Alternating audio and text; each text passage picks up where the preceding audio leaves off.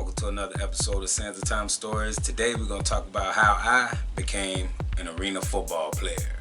Stay tuned. 3, 2, 1. Alright, so after my senior year at college at Eastern Illinois University, I took my final semester off to go home back to Florida to train for my NFL Pro Day, right?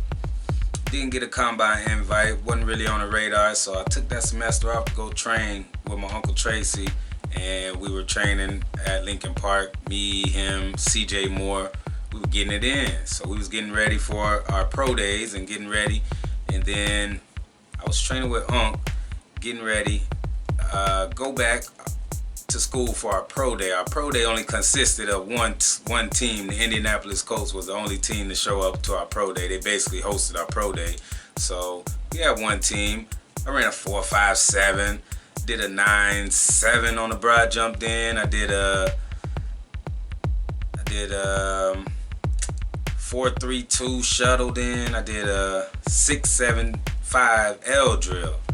I only lifted, I had a 32-inch vertical, and I had lifted 225 4 times. So obviously I wasn't too much of a prospect back then, but like I say, I had to work myself into that. So needless to say, the coach then pulled my name. Draft went by. Hey, I goes undrafted. I went undrafted. So I'm like, man, I was accomplishing all my dreams. I got the scholarship. I got this. But hey, that NFL draft did not come true for me. So hey, I had to be a man that lived with things not coming true. So hey, you don't get everything. You can't always get what you want. So hey, I didn't get that to happen. But hey, I was like, that ain't gonna stop my path. I'm just got to take a different path to get there. So I'm trying to get there. So I come back home. Boom, pack all my bags. I come back home. So I'm back home training again. And my uncle's like, hey, we need to get you working out. So we try to do something a little different. We hit it a little harder. So we pay for me to go to a regional scout combine in ATL. So we go there. I go there. I perform much better than my pro day, but I run a 4.51 in my 40. I did a 4.15 on my shuttle. So I did that real fast. I increased that. We didn't do the L drill. We didn't do the vertical. We did a broad jump. I was at like 9.11. I was at 9.11. So I didn't quite get that 10 feet. They want you to get 10 feet. And then I lifted the 225 9 times this time. So I did good. I made improvements, but the way the regional scout combine is set up, they want you to meet all the parameters. Oh, you're a defensive back, you should be 5 feet 11. I'm 5'9", I'm 5'10". They want you to be 89 pounds or 190 pounds. I was like 178, 177. They want you to run a 4.4 or a 4.48. I ran a 4.51. Like, they wanted you to lift 225 10 times or 11 times. I did it 9. Like, I was just that far from meeting a mark. So they don't really invite you to the next level after that. But we did 1v1s though. So we did 1v1s. I won like 5 out of my 6 reps. But I got cooked on the one that I didn't. I wasn't ready. I was just holding my inside. Ran into a guy, my boy Emery Salmons. We ended up playing against each other and playing with each other in arena football. But yeah, he was cooking everybody at that dang workout there. So hey, he had done got me a victim too. But everybody was like, oh, at that rep, because he had beat me and I came back and almost broke it up. But he had it was a good throw, good timing. So ended up calling my uncle, going back home, like, yeah, didn't get signed. We'll wait and see. They didn't talk to me afterwards. So he's like, man, we got to do something else. So we went back to the drawing board, and that's when he introduced me to Coach Douglas. He's like, Coach Douglas is going to get all your core right from your the knees to your bottom of your chest. He's going to get all that area strong so you can run faster and do a better 40 and be just a better overall athlete. So, man, I started doing 2-a-day trainings with them. Hey, Douglas early in the morning with weights, field workouts with my uncle in the afternoon in the hot heat of the day. Like, man, I was trying to get it, man. I had done got up to like the most I ever weighed. I was up to like 186. Like, dang, like, okay, well, I was heavy. I felt heavy. I had never been that big. I'm usually like 176, 178, and play around that level. So we ended up catching wind at this one more tryout. This like the last tryout before. They was arena team called me, but I didn't want to play arena football before. I wanted to go to the NFL. So ended up going to the Arena Bowl to do a arena football workout with. That was like an open tryout. You pay your money. They do it at the Arena Bowl. So all the teams basically there, right? So I'm like, man, we got to give this a shot. I don't really want to play arena, but hey, right now I'm looking for a start. I done been out of football for a whole year. I done been out in high school a whole year. If I can't get on this year, I'm about to be working. You feel me? Where the job's at?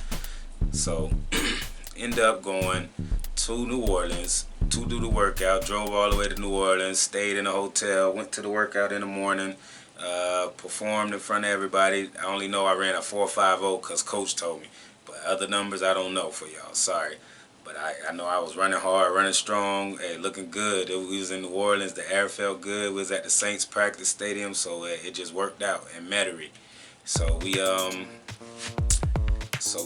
the one-on-ones. I see this coach looking at me doing the shuttle drill and doing my 40 drill. I'm like, that coach looking at me. I see he got his eye on me, right?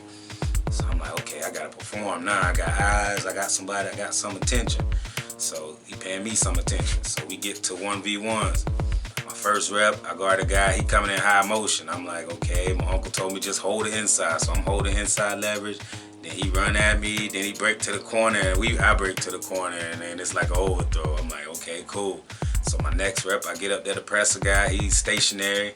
He tried to run some little slant, timing off. I'm like, boy, you wasn't even that good. So I'm like, dang, I'm looking good. They like, nah, 151, you need to go with, my number was 151 on my tryout number. They're like, 151, you need to go with 75. I want to see y'all two go. I'm like, hey, ain't no thing. I know at the other tryout, the first one, hey, they called out numbers to match up and I wasn't involved. So that had to be a good sign. So I'm like, oh yeah, I'm definitely ready this time. I want to get on. I'm hungry. So then I go against 75. 75 come in high motion. I'm like, oh, anybody come in high motion, I'm playing off. So he came in high motion. He ran a post, then a corner. But I just hold my inside leverage. I don't open up to the post. I'll stay square, then just weave to the post and then break to the corner with him. And I had both hands on the ball. And he ended up hitting it out. Then I just had to let it go to brace himself for the fall. So everybody's like, oh snap. They like, nah, that man that called it out, he was the receiver coach. He like, nah, y'all go again. I say, right now? He's like, yeah, right now. Then they was like, no, we gotta go too. So the other two people went, then we was back up. So we went stationary this time. I was like, oh, stationary? I'm pressing. So I got up in his face. Man, this man hit me with the quickest. That man hit me with the quickest first step I ever seen in my life. That boy, just took off. He did a step to the inside and then he just took off to the outside. So I done jumped to the inside to try to protect it. Man, that man took off to the outside. So I had to do a whole speed turn and just head down, start chasing with everything I got. I seen he didn't catch the ball yet, so I was like, I'm not looking back. Caught up to him. I seen him reach down low to catch the ball, like here, not over the top. He had to like reach back and try to catch it here, so I just like knocked it out his hand. And everybody's like, oh, all my DBs got crunk. Receivers was mad, like, man, that was a bad throw. They're like, man, that man broke that up, bro. You still hit your hands. You should have caught it. That man broke it up. So coach called me. Coach come over after that rep. Coach Hunky Cooper from the Utah Blades. He like, hey, I see you out there, man. We looking for some players here. Look like you can play. He gave me a card, said, give me a call. I say, give you a call? You should be giving me a call, but hey. I got home, I was like, when do I call? I called that man Monday morning. He's like, I'm glad you called. We got a workout coming up in 2 weeks. I want to fly you out here to Utah and we want to work you out. And if all things go well, we're going to sign you. I'm like, say no more. I'm hungry. I don't need that opportunity. All I need is opportunity. So I get that opportunity. They fly me out there to Utah, first class. Hey, we do the workout. He's like, man, you need to run a 4.4 so coach can sign you. These boys running fast. I'm talking about white boys out there running fast. 4.3s out there, boy. Like you gotta run a 4.4. Coach looking at me. So I was like, okay. I watched how them boys was running the 40. They was jumping out there.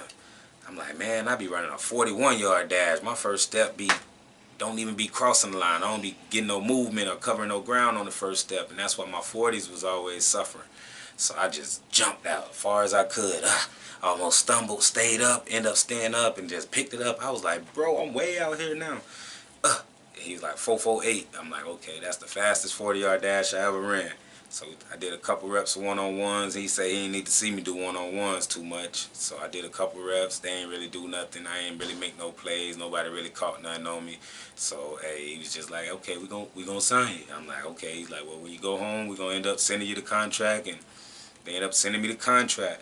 I ended up signing it all, faxing it back. Hey, it was like a 3-year contract worth $100,000, but hey, they dropped that thing in water after about 3 weeks and cut me. So hey, the moral of the story is you may sign a contract, but hey, if you ain't performing up to par and meeting the standards, they can always drop that contract in water, and then guess what? It's null and void. So hey, it's nullified and void. It can always be no contract is final in professional sports. All professional sports contracts are not guaranteed unless stated in the contract. So you better make sure you're getting your guaranteed money, or else they can drop that contract in water and you're fired. You got no job. What can you do?